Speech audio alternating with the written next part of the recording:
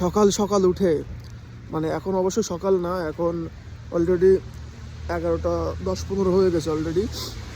এখন ঘুমিয়েছি 8টার দিকে, ঠিক আছে, কাজ ছিল। এখন ঘুমের থেকে উঠে একটা কফি নিয়ে রাস্তার সাইডে যাচ্ছে এক জায়গায়। এখন কিন্তু বরফ পড়ছে, ঠিক আছে।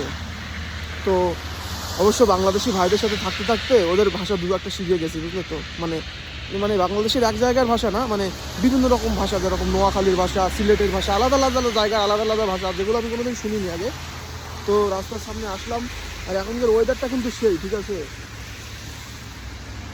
ওয়েদারের মধ্যে এরকম করতে একটা আলাদা ব্যাপার। এই সাইডে সোহাগ ভাইটা আসছে, সোহাগ ভাই অবশ্যই বাংলাদেশের যশোরের ভাষা আবার আলাদা। তো বরফটা পড়ছে দেখো সেই লেভেলের, এই সাইডে দেখো বরফটা, মানে আর আজকের বরফটা অনেক বড় বড় টাইপের পড়ছে, তো বোঝা যাচ্ছে। এই কপিটা নিয়েছে 250 টাকা, বাট ঠিক আছে, একটু দাম বেশি এখানে, তাও ঠিক আছে। চলো, এখন দেখতেই পাচ্ছ বরফ পড়ছে, চলো সামনের দিকে যাই।